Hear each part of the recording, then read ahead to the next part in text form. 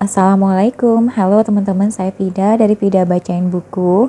Kali ini kita akan melanjutkan baca buku Trump Style Negotiation, 8 taktik jitu untuk menang dalam transaksi bisnis dan pribadi oleh George H. Ross, penulis buku Trump Strategies for Real Estate, bintang pendukung The Apprentice, dan prakata buku ini oleh Donald J. Trump.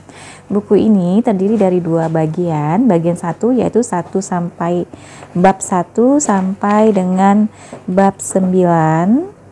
Dan saat ini kita akan masuk ke bab 4, yaitu menjadi wiraniaga ulung. Mari kita baca bukunya. Bismillahirrahmanirrahim. Menciptakan solusi jitu untuk berbagai masalah dan meyakinkan pihak lawan bahwa mereka akan mendapatkan lebih banyak daripada yang mereka harapkan. Jika Anda memandang negosiasi dengan anggapan bahwa tujuan utama Anda adalah menjual gagasan-gagasan Anda dan diri Anda sendiri, Anda akan jauh mengungguli sebagian besar orang.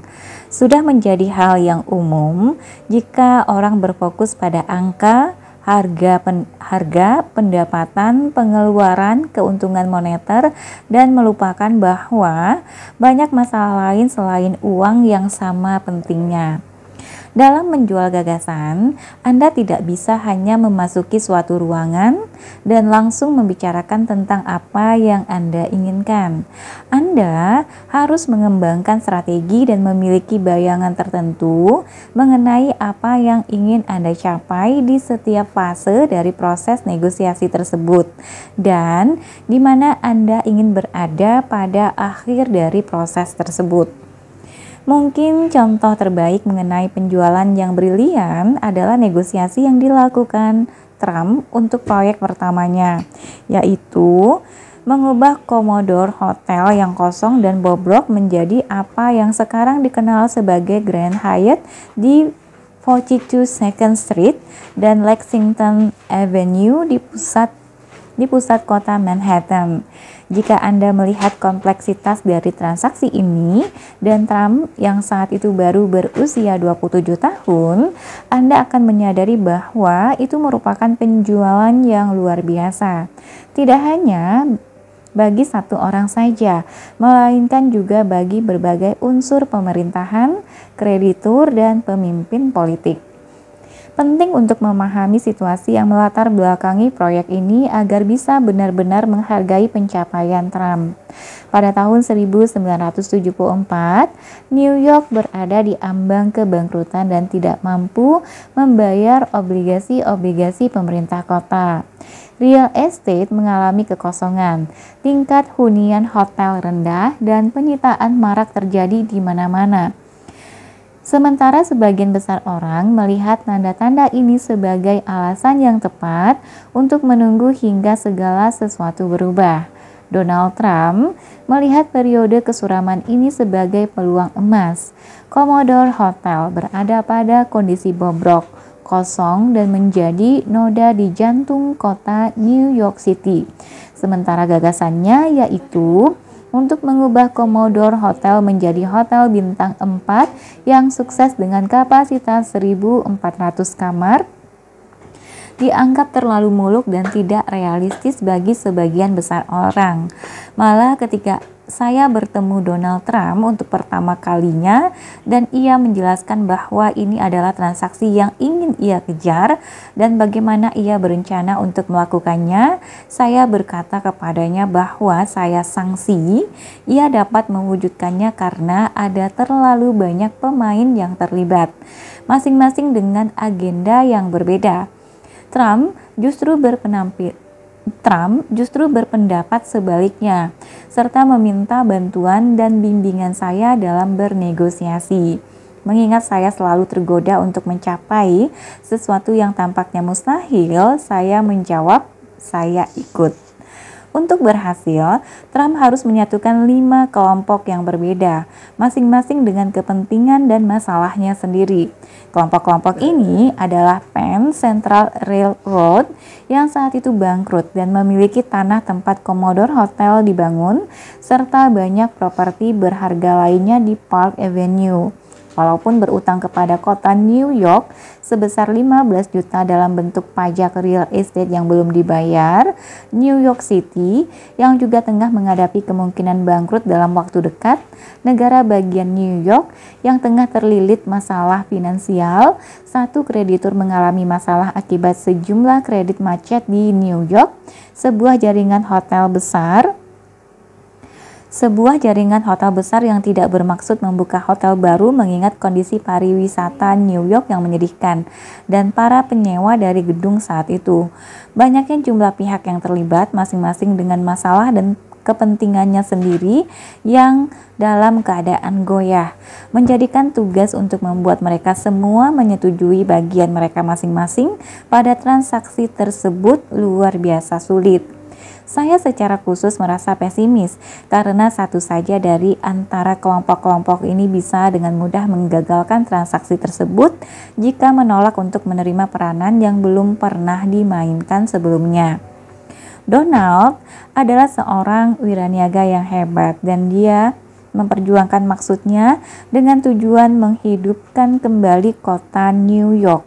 Namun, agar transaksi tersebut berhasil, ia terpaksa harus membeli Commodore Hotel di bawah harga pasar, meyakinkan perusahaan rel kereta untuk mengalihkan kepemilikan properti tersebut ke New York State Urban Development Corporation seharga 12 juta US dollar dan memberikan hasil penjualan itu ke kota New York sebagai pembayaran sebagian dari pajak yang tertunggak.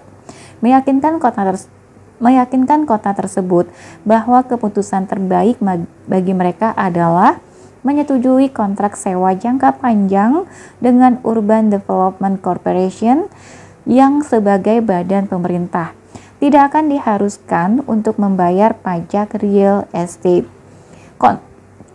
Kontrak sewa tersebut akan memberikan harga sewa yang minimal kepada kota New York, tetapi memasukkan satu porsi keuntungan dari pengoperasian hotel itu. Urban Development Corporation harus menerima sertifikat kepemilikan tersebut sebagai pengganti uang 12 juta US dollar yang akan dibayarkan ke perusahaan rel kereta. Kemudian 12 juta US dollar juga memberi Trump kontrak sewa jangka panjang yang akan disetujui oleh kota tersebut dan menggunakan hak eminent domain untuk mengambil alih kepemilikan gedung tersebut dari semua penyewa yang ada. Eminent domain yaitu hak pemerintah untuk mengambil properti swasta untuk penggunaan publik berdasarkan wewenang tertinggi dari kekuasaan pemerintah terhadap semua lahan di bawah wilayah yurisdiksinya. Trump juga harus mendapatkan pinjaman hipotek dengan jumlah minimal 60 juta US dollar untuk menutup biaya pembelian tanah dan renovasi hotel tersebut. Namun, hingga saat itu tidak ada bank yang tertarik untuk menambahkan pinjaman lagi ke portofolionya karena sudah dipenuhi kredit macet yang berisiko ke arah penyitaan. Bagian tersulit dari negosiasi tersebut adalah meyakinkan kota New York bahwa 12 juta US dollar yang akan diperolehnya dari perusahaan rel kereta itu plus dana yang akan diperoleh dari pajak kamar, keuntungan dari penciptaan lapangan kerja bagi ribuan karyawan, pendapatan yang akan diterima dari kaum wisatawan yang kembali datang plus keuntungan dari operasi hotel cukup bagi kota tersebut untuk menghapus pajak real estate dari hotel tersebut. Walaupun pada awalnya terlihat begitu mustahil, kepribadian, antusiasme, dan kegigihan Trump mampu mengatasi berbagai rintangan yang tampaknya tak dapat diatasi.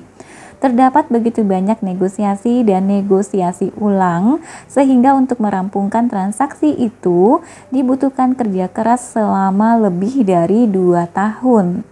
Sebagai contoh, saya harus mempersiapkan dan menegosiasikan 23 rancangan kontrak sewa yang harus disetujui kota New York. Akhirnya dengan dukungan penuh dari wali kota New York dan gubernur di belakang proyek tersebut, semua usaha mulai membuahkan hasil dan impian tersebut pun menjadi kenyataan. Ketika Grand Hyatt dibuka pada tahun 1980, hotel itu membuka jalan bagi revitalisasi wilayah Grand Central Terminal di New York. Selain itu juga membantu kota New York keluar dari status nyaris bangkrut dan kembali ke kondisi makmur. Properti-properti yang dimiliki perusahaan rel kereta di Park Avenue mengalami apresiasi nilai berkat revitalisasi kota itu. Pada tahun 1987, hotel itu melaporkan laba operasional yang cukup besar, yang juga turut dinikmati oleh kota New York. Pada tahun yang sama, Trump menjual separuh kepemilikannya di properti tersebut ke Hyatt Corporation seharga 85 juta US dollar. Kualitas yang ditampilkan Donald Trump dalam menegosiasikan transaksi kompleks ini dapat digunakan sebagai model untuk melihat seberapa jauh Anda harus bertindak untuk menjual diri dan keuntungan dari transaksi tersebut kepada semua orang yang memiliki kepentingan terhadap hasil akhirnya. Bagian berikutnya, antusiasme menginspirasi orang lain. Jika Anda mulai menganggap diri sebagai seorang wiraniaga, Anda telah mengambil langkah pertama ke arah menjadi negosiator yang efektif. Antusiasme selalu menular, dan jika Anda mendemonstrasikan antusiasme Anda, antusiasme tersebut akan menginspirasi orang lain, bahkan orang-orang yang menganggap diri mereka sebagai musuh Anda. Jika Donald Trump tidak antusias dengan rencana-rencananya untuk Commodore Hotel, ia tidak akan pernah bisa meyakinkan saya untuk bekerja sama dengannya. Antusias menyalah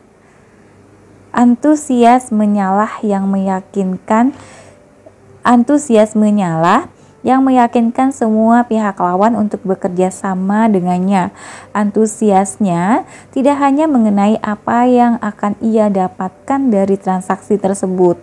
Ia benar-benar meyakini bahwa semua orang akan mendapatkan keuntungan jika bekerja sama dengannya, terutama kota tercintanya, New York. Strategi yang disusun Donald untuk menjual dirinya dan gagasan-gagasannya adalah dengan menghadirkan rencana di mana tidak ada pihak yang terlibat yang dapat melihat gagasan tersebut gagal jika mereka semua setuju untuk memainkan peranan yang telah direncanakan untuk mereka. Siapapun yang pernah berurusan dengan birokrasi pemerintah tahu betapa sulitnya menghindari pola pikir kami tidak melakukannya dengan cara itu. Jadi ia melakukan berbagai studi kelayakan yang ekstensif guna meyakinkan kota itu mengenai peliknya kondisi finansial mereka saat itu dan bagaimana proyeknya dapat memutarbalikkan kondisi itu secara keseluruhan agar justru menguntungkan bagi kota itu.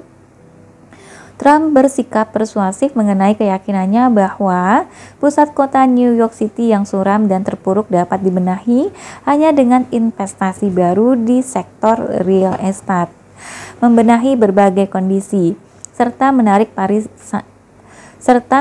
pariwisata dan bisnis agar kembali ke wilayah Grand Central yang merupakan jantung dari kota tersebut.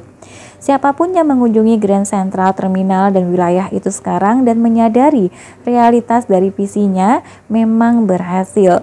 Namun pada pertengahan tahun 1970-an, hanya segelintir orang yang yakin terhadap kemampuan kota tersebut mengubah kondisinya.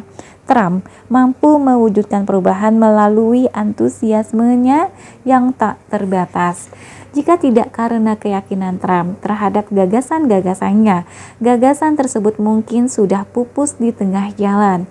Malah, banyak negosiasi rumit tertunda dan terhenti di tahap-tahap awal karena terlalu banyak masalah legal yang dimunculkan ke permukaan, terlalu banyak rintangan yang dihadirkan, dan terlalu banyak faktor negatif yang diungkapkan. Elemen yang hilang dari negosiasi gagal biasanya adalah antusiasme pribadi dan kemampuan orang penting di dalam negosiasi tersebut dalam menjual gagasannya ke pihak lawan. Inilah wilayah tempat Donald Trump melakukan kerja terbaiknya, yaitu menjaga semua kepentingan di atas meja negosiasi. Bagian berikutnya, jika Anda membangun hubungan dengan orang lain, hal itu akan membuat transaksi berhasil. Saya berkata, uang adalah bagian dari negosiasi manapun. Sebagian besar orang ingin berfokus pada keuntungan mereka dan percaya jika mereka sukses menegosiasikan harga, semua hal lain akan berjalan sebagaimana mestinya. Mereka sama sekali salah. Harga hanyalah satu bagian dari transaksi. Yang sama pentingnya adalah membangun hubungan pribadi sebagai bagian dari proses negosiasi.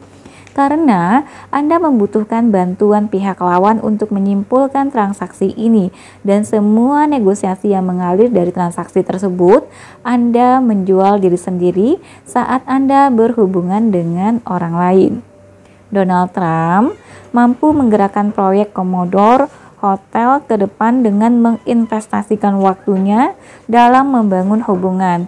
Ini adalah hal yang esensial. Sebagai contoh, pembuat keputusan penting di Penn Central Railroad adalah Victor Palmieri.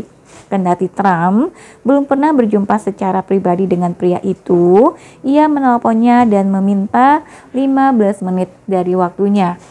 Ia mendapatkan janji temu itu dan dalam periode waktu yang singkat berhasil meyakinkan Palmieri bahwa perusahaan rel kereta dan kota akan sama-sama menang jika turut menyepakati transaksi yang ia impikan.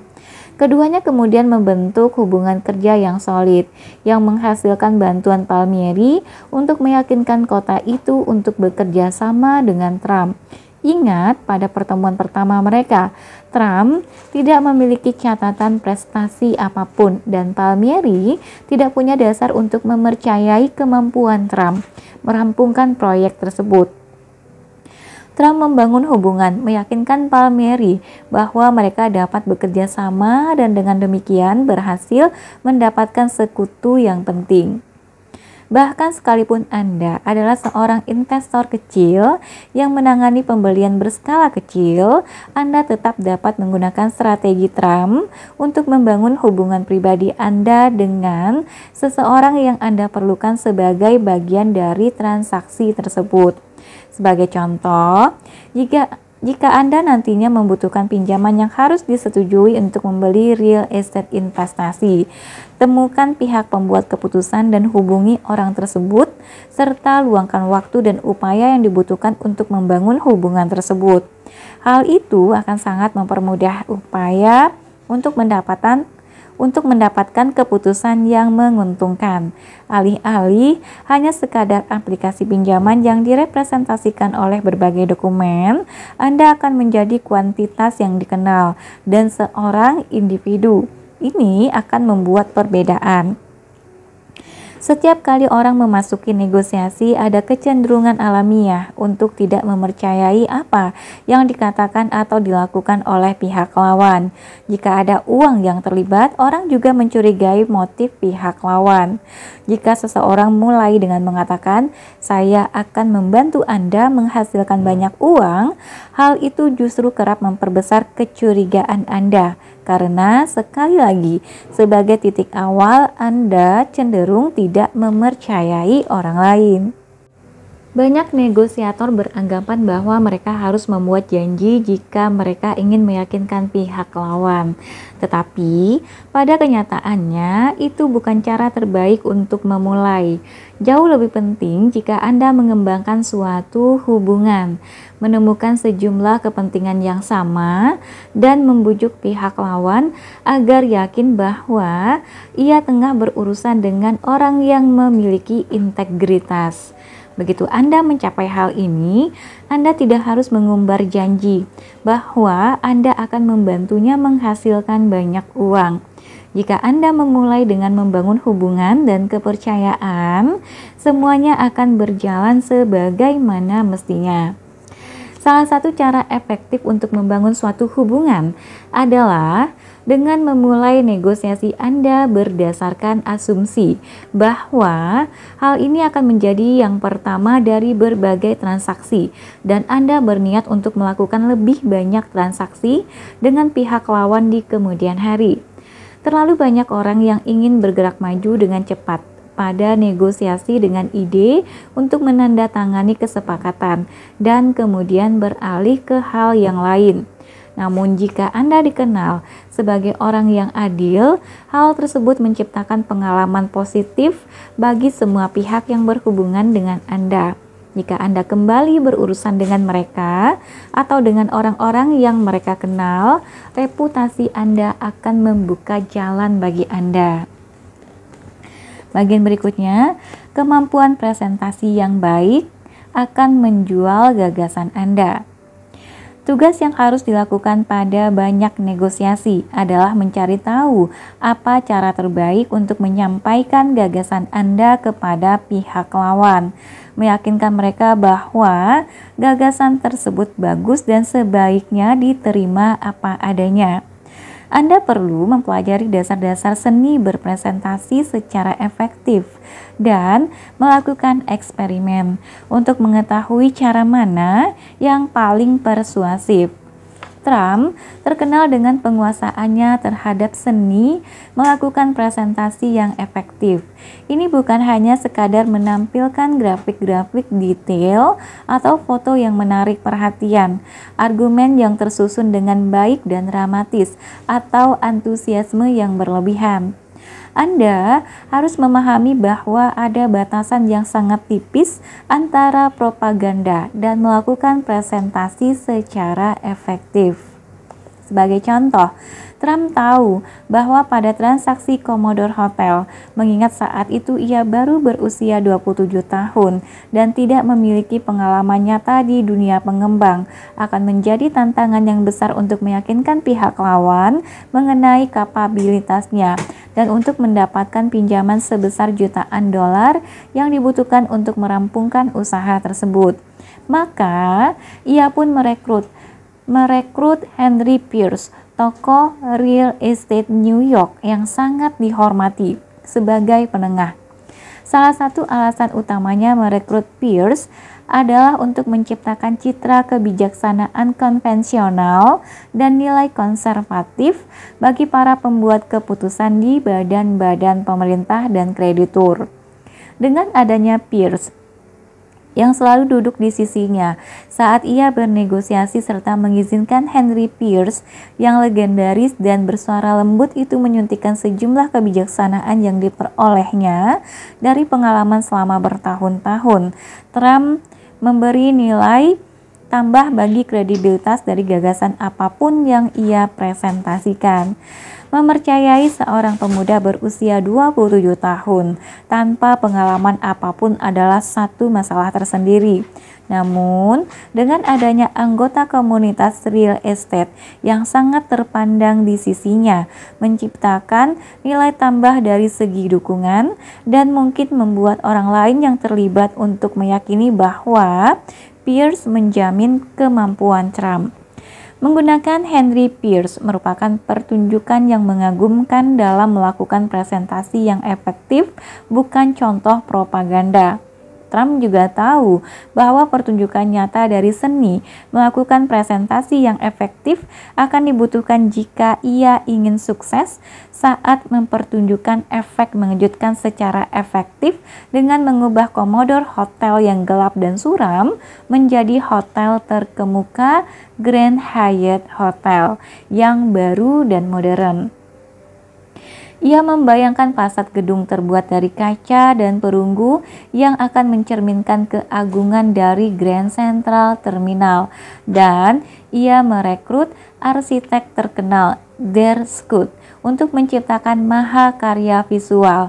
Ia minta dibuatkan sejumlah gambar, rendering, arsitektural detail yang mahal untuk dibawa ke wali kota New York City. Karena tahu bahwa akan sulit untuk meyakinkan Bapak Wali Kota bahwa ia bisa mengubah gedung reyot yang merusak pemandangan itu menjadi fasilitas mewah yang modern. Ia meminta Derskud membuat gambar dan perencanaan sedemikian rupa untuk menciptakan kesan bahwa banyak uang telah diinvestasikan Trump bagi gambar-gambar itu saja. Trump tahu bahwa presentasi yang mengesankan oleh arsitek terkenal akan membantu meyakinkan pihak yang skeptis. Taktiknya tersebut terbukti berhasil. Seni melakukan presentasi efektifnya membuahkan hasil. Anda tidak harus mempekerjakan arsitek dan menggambar sketsa terperinci dari gagasan Anda guna memanfaatkan seni melakukan presentasi secara efektif. Namun, jika Anda ingin menunjukkan suatu produk atau gagasan kepada seseorang, visualisasi atau presentasi audio yang profesional dapat membantu menyukseskan transaksi tersebut. Anda juga dapat menggunakan seni melakukan presentasi efektif dengan sejumlah cara lain. Sebagai contoh, Anda dapat mengenakan pakaian yang sesuai untuk mendatangi kreditur agar membuat kesan sebaik mungkin. Jika Anda tengah bernegosiasi dengan bank di kota besar untuk mendapatkan pinjaman, Anda harus mengenakan setelan jas yang mahal dan dasi sutra. Pihak bank akan meminjamkan Anda lebih banyak uang jika mereka beranggapan Anda tidak membutuhkannya. Jika Anda mengadakan pertemuan dengan seseorang di lapangan golf, kenakan pakaian yang sesuai untuk acara tersebut. Bertanya tentang larangan berpakaian sebelum Anda pergi dapat menyelamatkan Anda dari rasa malu. Kesan pertama merupakan kesan yang melekat, jadi Anda harus merencanakan secara cermat kesan yang ingin Anda ciptakan. Lanjut, persiapan yang baik akhirnya akan memenangkan transaksi. Akan menjadi taktik yang luar biasa cerdik untuk mempersiapkan negosiasi secara begitu menyeluruh, sehingga jika Anda membuat argumen, hal itu akan tampak sederhana, kuat, dan meyakinkan. Pihak lawan tidak perlu tahu berapa jam persiapan yang Anda habiskan sehingga dapat melakukan hal itu. Saya selalu takjub melihat begitu banyak orang yang mau terjun ke dalam negosiasi dengan sedikit persiapan atau tanpa persiapan sama sekali. Mereka tidak melakukan riset, tidak membuat agenda, tidak menyusun argumen mereka berdasarkan prioritas, atau bahkan tidak berpikir ke depan untuk memahami tujuan mereka sebelum memulai pertemuan apapun. Jika Anda melakukan persiapan dengan baik sementara pihak lawan tidak, coba tebak siapa yang keluar dengan hasil yang lebih baik pada negosiasi tersebut. Donald Trump menghabiskan banyak sekali waktu mempersiapkan diri dan anggota timnya guna menghadapi setiap negosiasi. Tidak hanya untuk transaksi yang besar, melainkan untuk semua negosiasi yang ia masuki. Ia tahu bahwa dengan mempersiapkan sebaik mungkin, hanya akan ada sedikit kejutan yang tidak diinginkan. Ia tidak ingin terjebak oleh hal yang tidak pernah terpikirkan olehnya sebelumnya, dan yang semestinya bisa diprediksi apabila ia melakukan persiapan yang lebih baik. Penting sekali bahwa ia tampak percaya diri, bahwa ia telah memberi banyak pemikiran terhadap transaksi secara keseluruhan, dan bahwa ia memiliki jawaban untuk semua masalah yang mungkin muncul. Hal itulah yang menjualnya ke pihak lawan. Jika Anda tengah menjual apapun, Anda dapat menggunakan seni melakukan presentasi yang efektif dan persiapan untuk mengantisipasi apa yang paling menggugah pembeli potensial. Perbandingan harga, manfaat, atau fungsi harus dapat digunakan sehingga kadar di mana hal-hal tersebut dapat ditampilkan untuk memberi keuntungan pada produk Anda. Bagian berikutnya, prinsip ZIF tentang upaya paling sedikit. Seorang periset bernama Ziff pernah melakukan eksperimen negosiasi berskala besar yang membuatnya berkesimpulan bahwa sebagian besar orang akan memperbesar jumlah upaya paling sedikit yang dibutuhkan oleh mereka pada sembarang negosiasi tempat mereka terlibat. Hal ini memberitahu Anda semua yang perlu Anda ketahui tentang cara terbaik untuk bergerak maju di dalam setiap negosiasi. Tanyakan kepada diri sendiri, jika saya berada di posisi mereka, apa yang akan saya inginkan? Atau pertanyaan apa saja yang ingin saya ketahui jawabannya? Carilah jawaban yang memuaskan untuk pertanyaan-pertanyaan itu sebelum Anda memulai diskusi, dan prinsip ZIF akan mengambil alih dari situ. Anda akan menghanyutkan mereka ke perasaan aman yang palsu, dan mereka bersedia mengambil alih dari sana tanpa memeriksa kembali keakuratan dari apa yang Anda katakan. Pada saat yang tepat, tim Trump akan menyederhanakan segala sesuatu bagi orang lain selama negosiasi. Ia memiliki kepandaian khusus untuk menjelaskan kepada negosiatornya cara terbaik untuk langsung mencapai pokok masalah dengan persiapan yang cermat.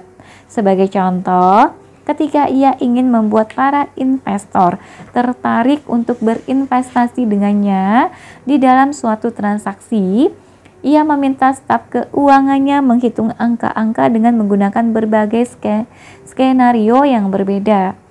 Ia memilih satu yang paling ia sukai dan yang digunakan sebagai dasar rangkuman bagi para investor. Kemudian, ia menulis dengan huruf besar di bawah halaman, keuntungan investasi Anda 20% per tahun. Karena tulisan itu menggunakan tulisan tangan Donald yang ditulis secara khusus, sebagian besar pembaca memfokuskan pada 20% tersebut dan hanya memberi sedikit perhatian pada detail-detailnya. Namun insting Trump juga memberitahu bahwa terlalu banyak detail akan membuat orang tidak tertarik karena hal itu dapat memicu perasaan, transaksi ini terlalu rumit bagi saya. Prinsip ZIF memberitahunya bahwa orang umumnya tertarik dengan hasil akhir, bottom line. Buatlah agar mereka melihat kebahagiaan itu secepat mungkin, dan mereka pun akan menyetujui transaksi tersebut. Persiapan cerdas yang dipresentasikan dengan cara yang benar dapat mengalihkan orang dari mungkin ke iya. Jika mereka ingin kembali lagi nanti dan memeriksa angka-angka itu sendiri atau menyerahkannya ke penasihat keuangan mereka, hal itu mudah dilakukan karena tim Trump telah mempersiapkannya. Namun, pernyataan Trump di bagian bawah halaman itulah yang penting. Jika ia melibatkan seorang penasihat, ia akan berkata kepada penasihat tersebut, "Lihat angka-angka tersebut, tapi saya benar-benar menyukai transaksi ini. Saya memanfaatkan pengetahuan saya mengenai prinsip ZIF untuk menciptakan keuntungan tak terduga bagi salah satu klien saya.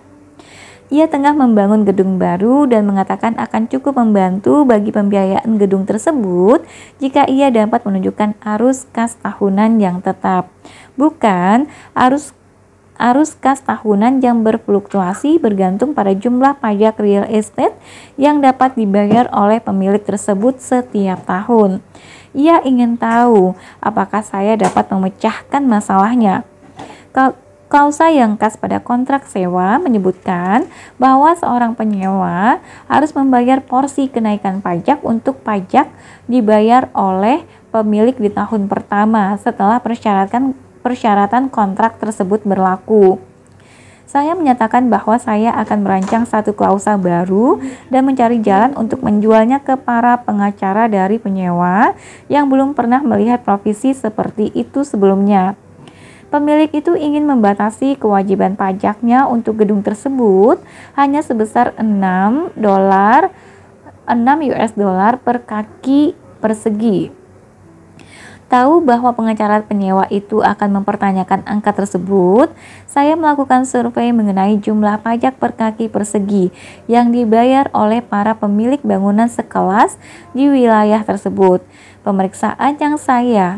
Pemeriksaan saya terhadap lebih dari 30 gedung memperlihatkan bahwa jumlah pajak per kaki persegi rata-rata mencapai 5-6,5 $ per kaki persegi.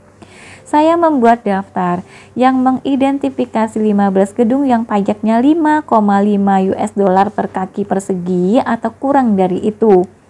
Ketika saya ditanya mengenai keadilan dari konsep baru tersebut, saya menunjukkan daftar yang sudah saya susun itu kepada para pengacara penyewa dan mengatakan bahwa klien mereka mendapatkan keuntungan dengan tidak membayar apapun hingga pajak-pajak tersebut melampaui $6 per kaki persegi. Karena statistik saya menunjukkan rata-rata untuk gedung-gedung di wilayah tersebut sebesar 5-5,5 $ per kaki persegi. Sekarang, disinilah saat prinsip ZIF masuk. Saya tidak yakin bahwa pihak lawan akan menyerahkan waktu dan upaya untuk membuat studi independennya sendiri dan ternyata saya benar. Mengetahui bahwa mereka akan bersikap skeptis terhadap pernyataan saya, dengan hati-hati saya mengidentifikasi setiap gedung yang tercantum di dalam daftar saya dengan menyebutkan alamat, ukuran, dan umur, serta pajak per kaki persegi. Siapapun yang memeriksa hasil karya saya tersebut akan membuktikan keakuratannya. Jadi, semua pengacara penyewa memberitahu kliennya masing-masing bahwa konsep saya benar-benar memberi mereka keuntungan dari segi pajak. Di kemudian hari, ketika kota tersebut menetapkan tarif pajak sebesar $10 per kaki persegi, para pengacara yang sama harus menjelaskan kenaikan sewa secara langsung sebesar $4 kepada para klien mereka. Jika mereka benar-benar mengerjakan pekerjaan rumah mereka mungkin dapat terhindar dari rasa malu tersebut.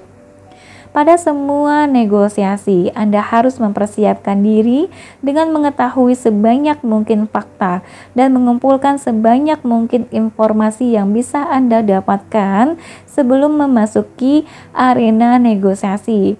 Sebagai contoh, jika Anda berencana untuk membeli rumah, Anda harus tahu properti serupa apa saja di wilayah tersebut yang Anda minati dan telah terjual dalam kurun waktu 1 atau 2 bulan terakhir.